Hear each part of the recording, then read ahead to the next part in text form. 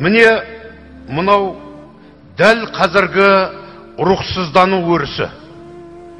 Биліктегі қазақтардың жарымынан көбісі ұлтын, тілін менсінбейтін мәңгүрттерден құралған.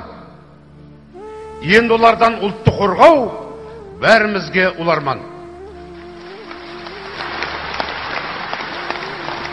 Үш тұғырлы тіл қоғамға тосын әрі қасаңдау.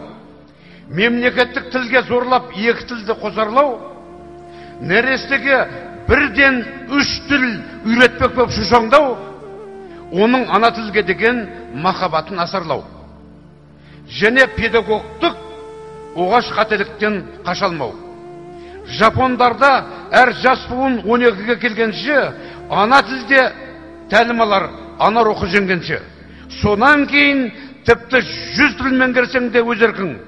Қашан туар екен бізге ана парқын сезер күн.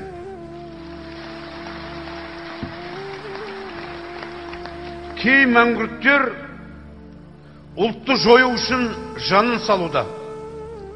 Кім кедергі біз олардың табиғатын тануға? Ұлтсыздану бағаланып мүлде жаңа табысқа, билік қазақ халқын түгел айландырмақ орысқа.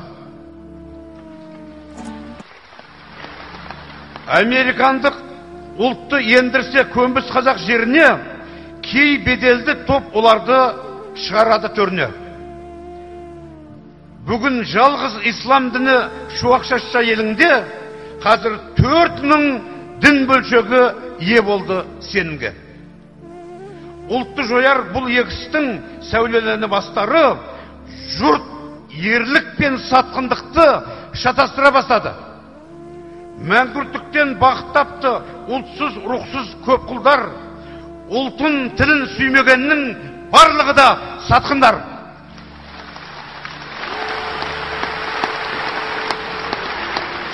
Жауқазын топ мәңгүрттермен бірге екенін ұқтырып, ұлттан қашқан басшыларға қол соғып жүр тік тұрып. Олар тағы өр намысты халқымыздың сорына, рухсыздықты жеңіс санап, жалау ұстап қолына, ой айнытар мадақ сөзді үстіне төкпелеп, шаттанады бас жетігін тілмен, мұртпен шөткелеп.